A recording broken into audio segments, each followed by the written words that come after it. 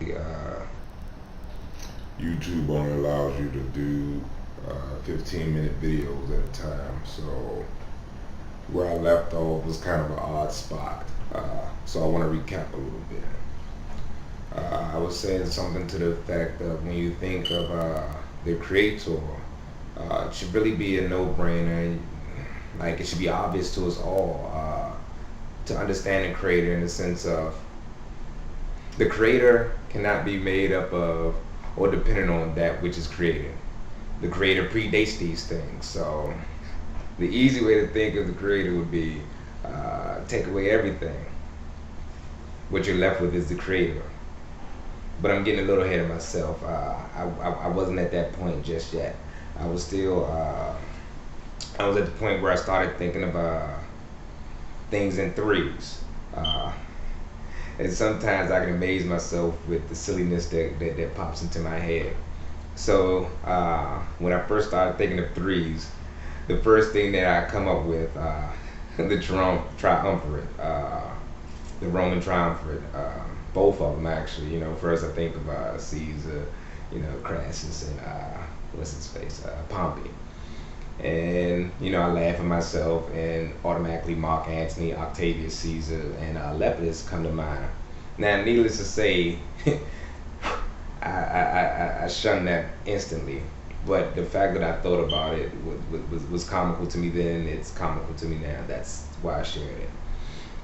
So as I get back into my serious thoughts, I started to think of things in threes, and I come up with the states of matter, you know, gas, liquid, solids, and of course, you know, I try each one of them out, you know, air or gas being the closest one that you would think of with God, you know, able to impact things but unseen and all that type of foolishness. But of course, you know, anything that's in creation, once again, can't be the creator. So I shoot that down. But I stayed with the matter theme, so I think of atomic particles. So, you know, protons, neutrons, and electrons are the first things that I think of. And, you know, the positive and the negative were easy, you know. But I got stuck on the neutrons, and I started thinking about, well, maybe not the atomic particles, but maybe positive, negative, neutral. But when I think of neutral, I think of powerless to do any good or harm. So, would you really want to define the creator as such? No, because the creator is all powerful. So that neutrality would actually be the opposite. But as I'm starting to shoot down the idea of neutrality, absolute pops into my head. Absolute. And as soon as absolute pops into my head, what comes right along with it automatically was zero. Zero. And as I think of zero, all of a sudden, this whole rational person that I am, who absolutely rejects any of these anthropomorphic versions of God, disappears.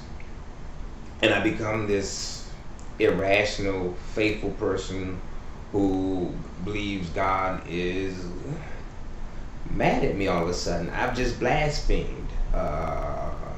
As much as anyone else has done anything wrong or anything like that, I think I've just done the worst thing possible.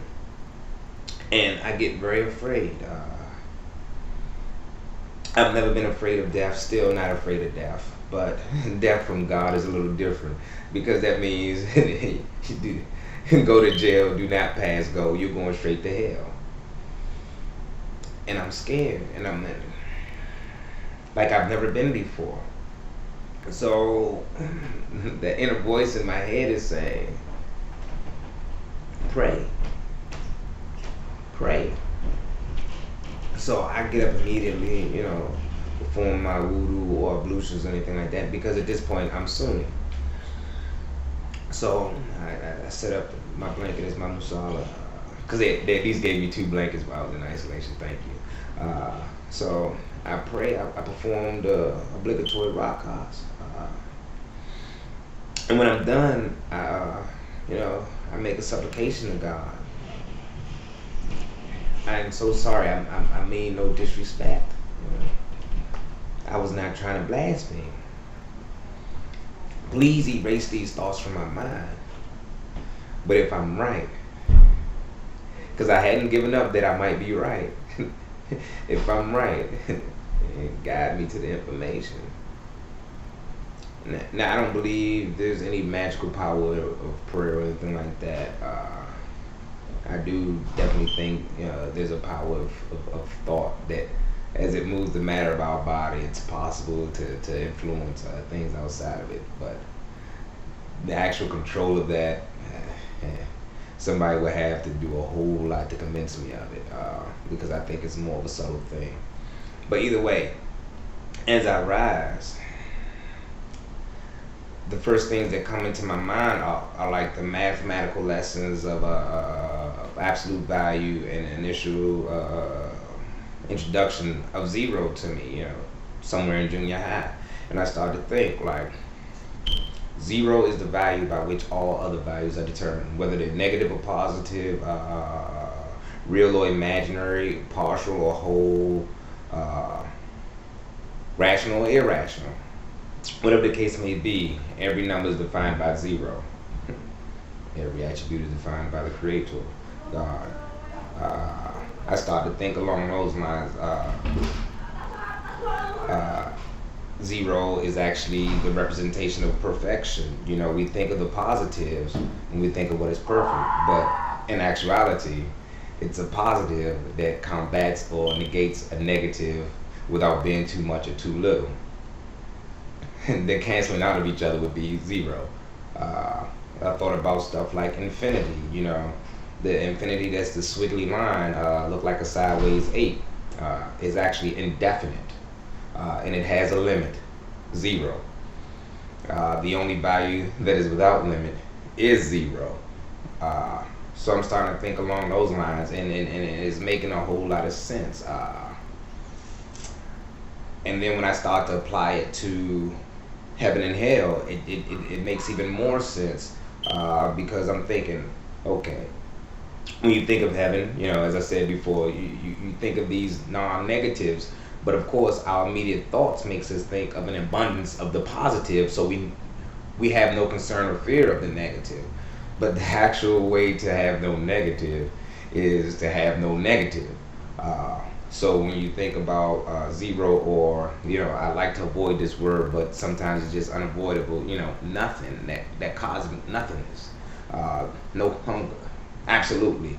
No thirst, absolutely. No discomfort, no horniness, no anything that you can imagine. I don't need the positive because there is no negative. Nothing. Zero. Absolute.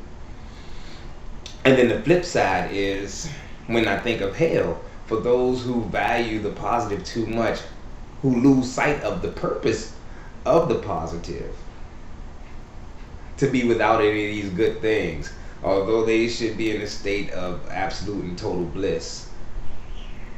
It's torment. It's torment.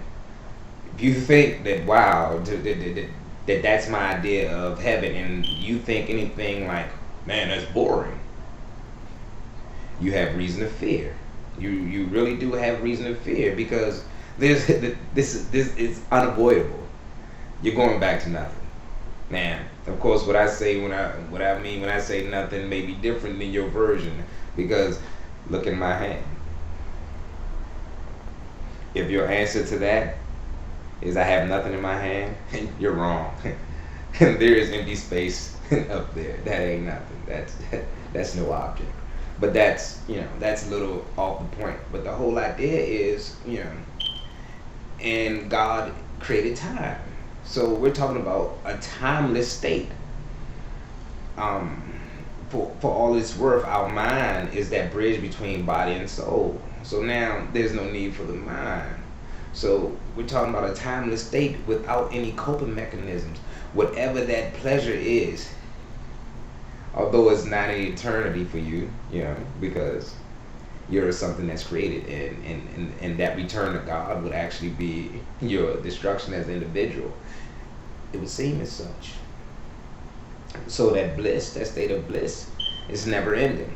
Vice versa. If it's hell to you, if it's hell, that torment doesn't stop. Doesn't stop. For a lifetime of whatever fun and games you had, that I'm sure could not have been perfect.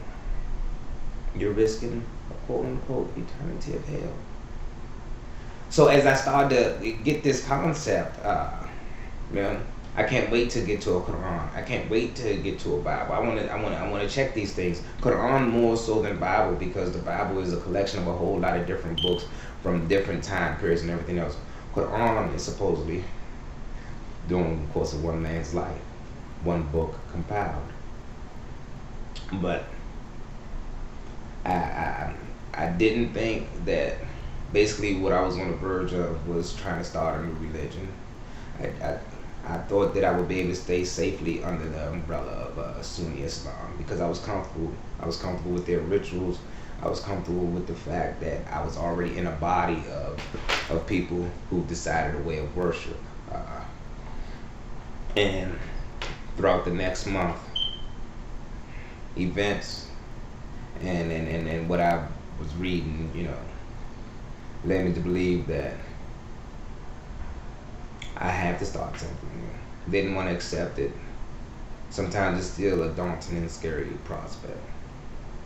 But the end result is I'm in the line of these guys. I'm not their follower though. I'm not their follower. What I know and what they believe, what they tried to explain and what I am explaining, I believe are one and the same. So I think I'm in their line. But we know much more and we have much more intellectual and mathematical context today than they did back then. And for me to hide behind them as one of their followers or reformer or anything of that nature, it's cowardly. It really is. So this is the introduction. This is the beginning. And although I've left Sunni, I still carry the name that was given to me while I was Hassan.